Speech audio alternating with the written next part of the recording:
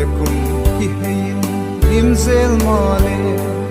lungu anang ngai ta chu thei di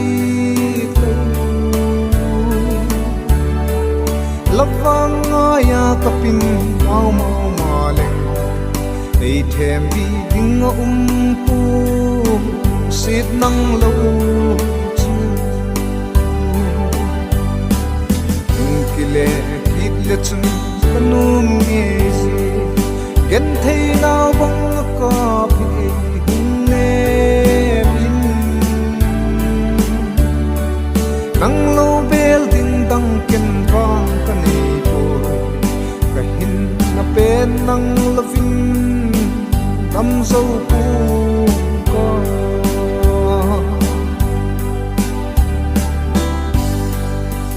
tam ngao bangin leila pom min lieng thei ken bang tin hung mil thei ding ka hem kei suk khil zik wang a hi thiam boy ei ngai ta min o ka thim lo zi a hi hung kile kit le chun kanum nge zi gen thei nau bang a ka pi hung ne min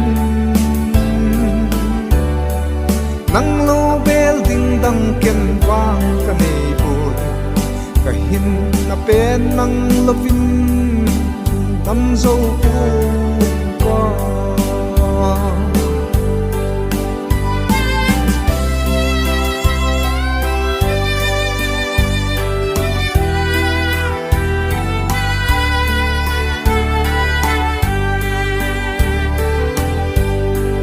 bol thei gen thei dang bang ma ka nei boy nung kisi in kapin mau mau jing mo leng lat sun le la sun na nau bang ei sang ta lo ka hin na pen nang lovin tam zo pu ka i kile kit le chun kanum nge zi gen thei nau bang a ka pi hung ne min nang lo bel ding dang ken wang ka nei boy ka hin na pen nang lovin kam zo pu